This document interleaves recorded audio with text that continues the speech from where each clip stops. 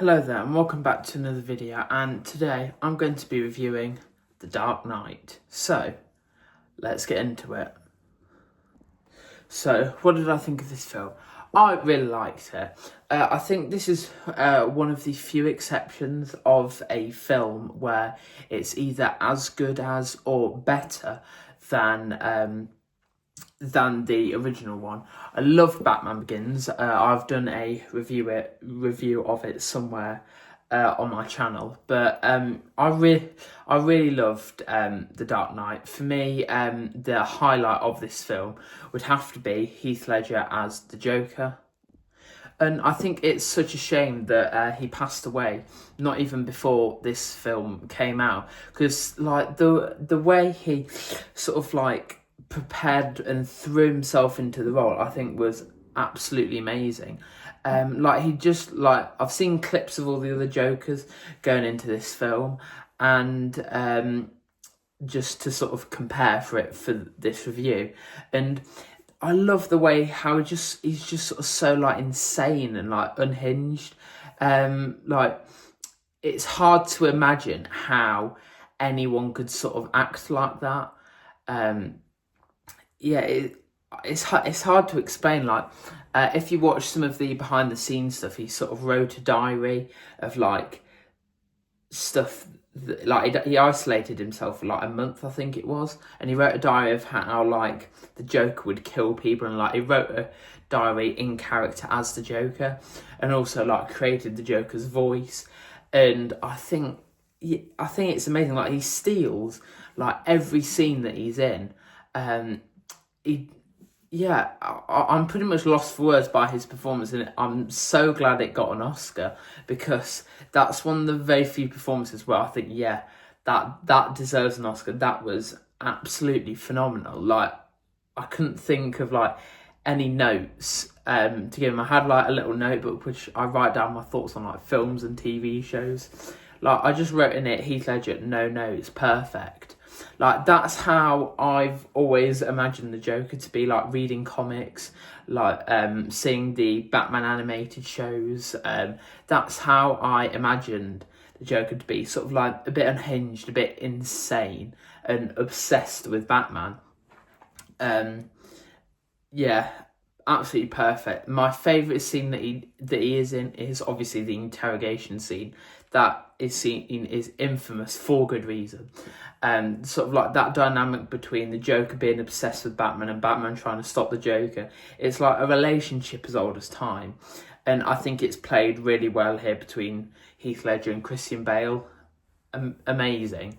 I'd say as well, another highlight of this film for me is how sort of lived in this world feels. I think that's what Christopher Nolan has done great in this trilogy. Like, before, some of the Batman films were a little bit silly. People didn't always take it as seriously as they could have. But this trilogy makes it really feel like Gotham City is lived in,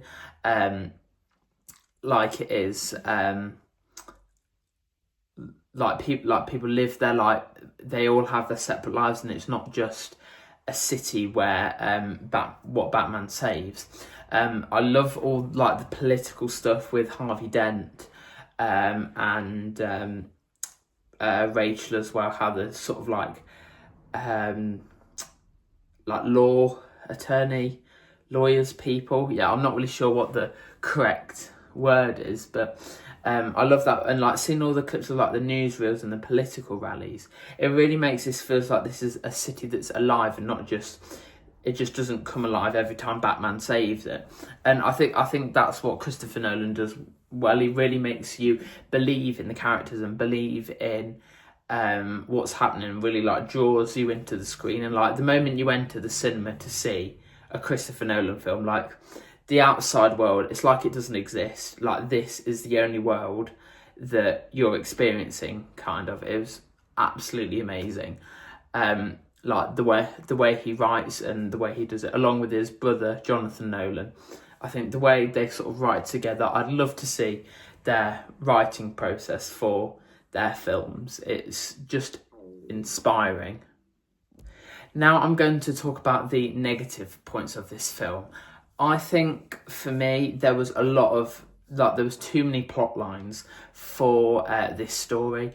I did go with a couple of people to see it, and yeah, a lot of people saying it was good, but they were getting a bit bored about 10 minutes towards the end, and I can understand why. There is like a lot of plot threads, and they don't always get resolved in the best way. Like for me, if I had to fix the film and for it to be perfect, it would be either pick one villain, either the Joker or Two-Face. I think they're both great villains, and I think they deserved their own movie, because like you get two villains. It worked in the first film with Ra's al Ghul in the League of Shadows, and also Scarecrow. It worked there because neither of them have sort of had like a big plan to like destroy Gotham or whatever. But these two, they had both very sort of, some in ways similar, some ways different ideas, and I just think that they could have picked one, and maybe one would have gotten a bit more screen time, because that's what I felt like. Either like especially in the second and third act, it was mainly focused on Two-Face, Harvey Dent's character thing with like the burnt face. I feel like it was more focused on him than the Joker, who was marketed throughout the entire run of the film's marketing stage to be the main villain. And I think it's such a shame that Heath Ledger passed away when he did, because I think he would have been amazing. If you've like seen some of the ideas for the original version of The Dark Knight Rises, he was meant to be the main villain, the main like antagonist of the whole film. And I think that's what they should have done. Maybe have the Joker in this one, and then Two-Face in the third one instead of Bane. I would have just loved to have seen more of Heath Ledger's character. For me, it didn't really seem like he had like a lot of screen time. I feel like he could have done more. He didn't really get to face off with Batman that much. I would have maybe have liked to seen a few more like little confrontations before the big one right at the end in that sort of construction tower thing. That's really my only like negative. Otherwise, it's pretty much a perfect film, like a perfect idea of a sequel. It develops the characters, but also like sort of brings them forward, if you get what I mean. Yes, just sort of like brings them forward and expands on them that the foundations had already been set in the previous film. Also as well, I didn't notice this until seeing it in the cinema, but the actress for Rachel changed between Batman Begins and The Dark Knight. This just completely didn't cross my mind for the first time I watched it on just my normal TV. But personally, I don't really like this actress who plays Rachel. I much prefer the first one in Batman Begins. I don't know why they changed it, but I think they just seem sort of like more friendly with each other. They seem to like make it more believable that they've known each other their whole lives. And also, I think she looks like the child version of Rachel, which you see in the beginning of the film when they're running through the gardens of Wayne Manor. I don't know why they changed it, but I do prefer the first one in Batman Begins as well. This as well would be my final sort of nitpick for this film. It would be I don't really think they use sort of like the shadows much in this film compared to Batman Begins.